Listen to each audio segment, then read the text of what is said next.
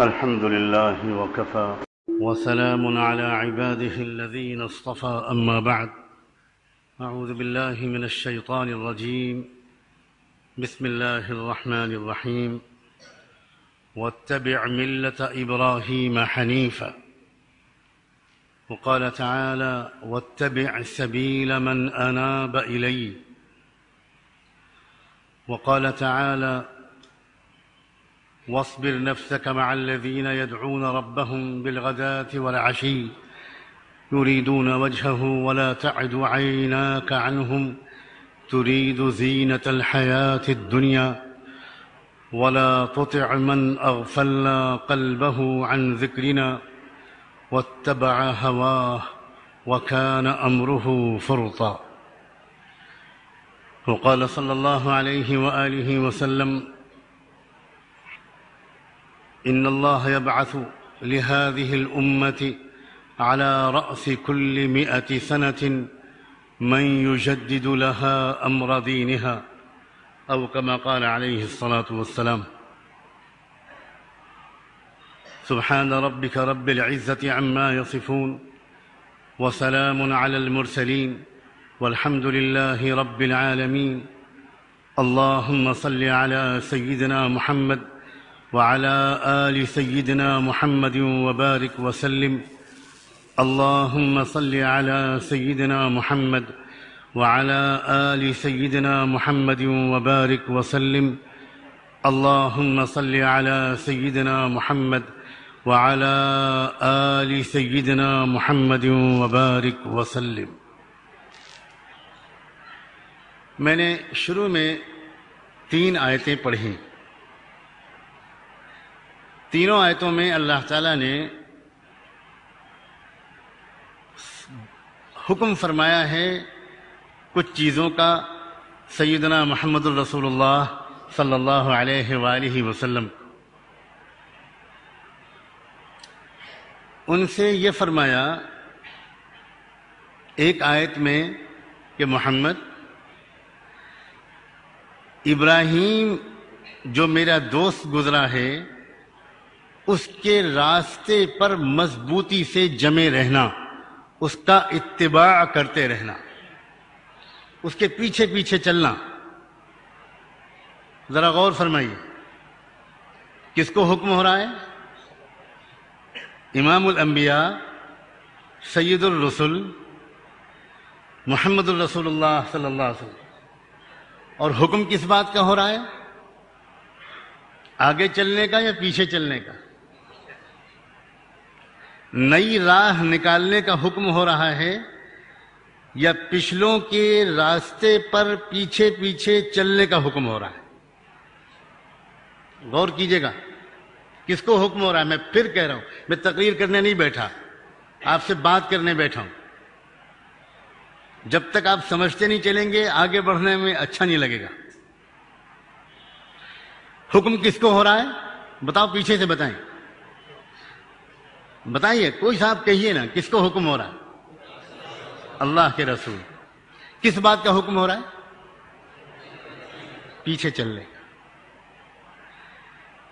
ایک ہی آیت آنکھ کھول دینے کے لیے کافی ہے. وہ جو سارے نبیوں کا امام ہے، وہ جس سے بڑھ کر علم والا دنیا میں نہ کوئی آیا نہ کوئی آئے گا، وہ جس سے بڑھ کر تقوی والا نہ کوئی آیا نہ کوئی آئے گا، وہ جس سے سارے نبیوں کو بھی رہنمائی ملی اور فیضان ملا، اس کو بھی کہا جا رہا ہے محمد آگے مت بڑھنا، پیچھے پیچھے چلو ابراہیم کے.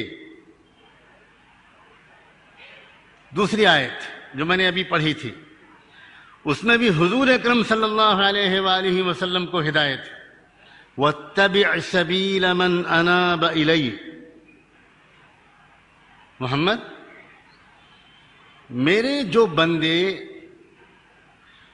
اپنے دل سے ہر وقت میری طرف متوجہ رہتے ہوں، ان کے دل میں میری یاد اور میری محبت اور میرا خوف ہر وقت رہتا ہو، اور ان کے پاس گویا ان کو انابت کی صفت حاصل ہو، دل پورا ان کا اللہ کی طرف ہر وقت لگا رہتا ہو، محمد انہی کے اتباع تم کو بھی کرنی ہے۔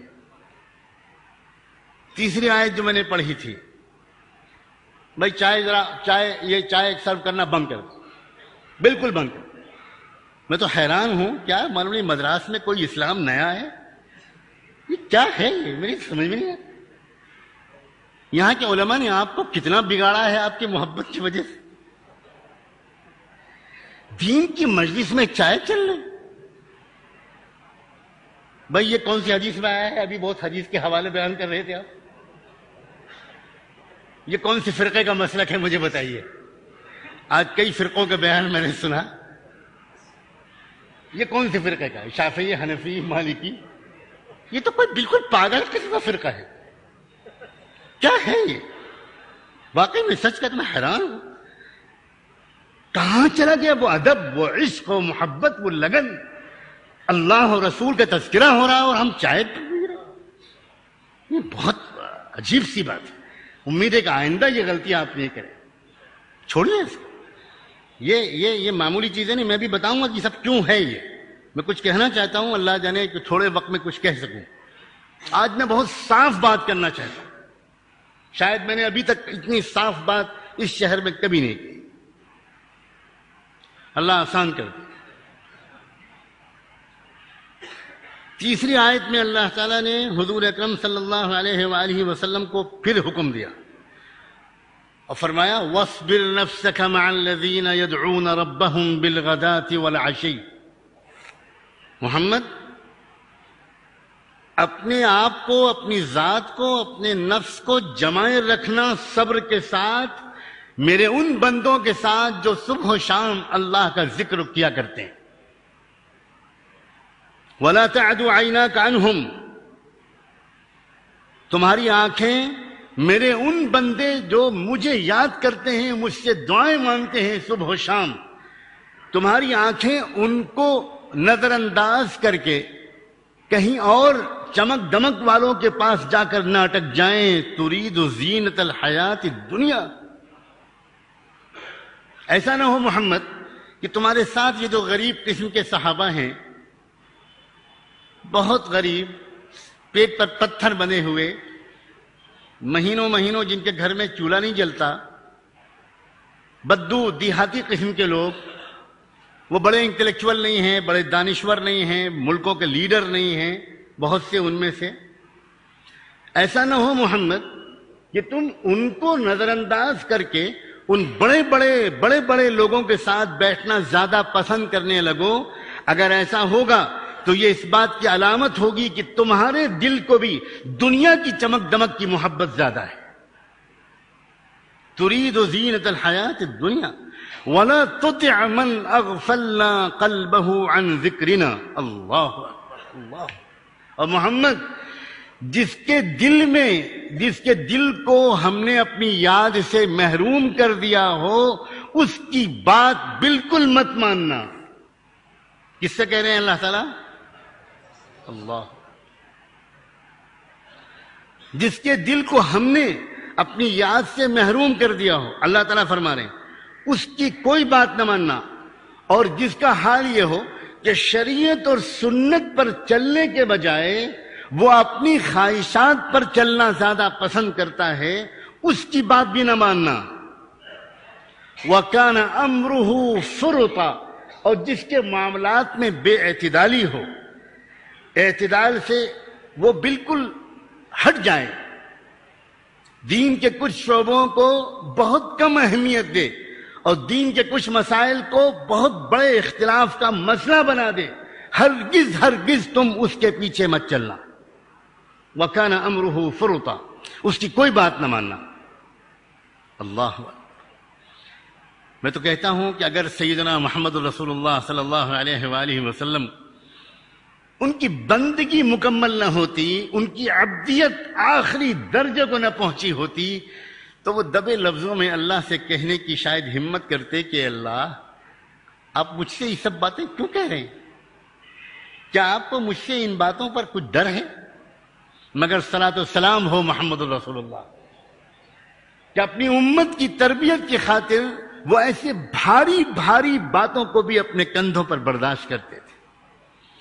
اس لیے کہ وہ خوب سمجھتے تھے اس بات کو کہ اللہ تعالیٰ بعض باتیں کہنا چاہتا ہے امت سے، امت کے علماء سے، امت کے ذہین لوگوں سے، امت کے انٹلیکچول اور دانشوروں سے، امت کے نوجوانوں سے اور عام امت کے لوگوں سے اتنی اہم ہوتی ہے کہ اللہ تعالیٰ یہ بہتر سمجھتا ہے کہ سیدھے سیدھے یا ایھا الذین آمنو کہہ کر امت سے کہنے کے بجائے محمد رسول اللہ صلی اللہ علیہ وآلہ وسلم سے کہوں، شاید تب لوگوں کو خیال ہو کہ یہ تو وہ بات ہے جس پر اللہ تعالیٰ نے اپنے محبوب محمد رسول اللہ کو حکم دیا تھا، تو اگر ان کو اس کا حکم تھا تو ہم کو تو اس کی بارے میں چوکنا رہنے کی ہزاروں گنا زیادہ ضرورت ہے۔